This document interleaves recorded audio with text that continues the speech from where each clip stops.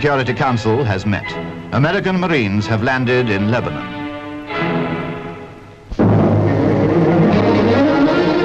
The Mayor of Le Touquet in northern France came to England to name the flagship of an Air Ferry Service. It happened during the French celebration of the 14th of July, and it also marks the 10th anniversary of the first flight of a cross-channel car ferry. The Silver City flagship now crosses to Le Touquet for a similar ceremony there. But this time the aircraft is to be named by the Mayor of Lydd in Kent.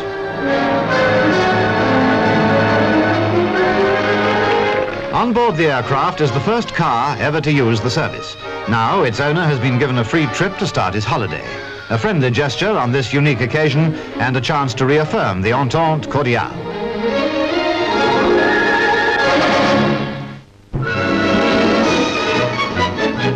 All the comfort of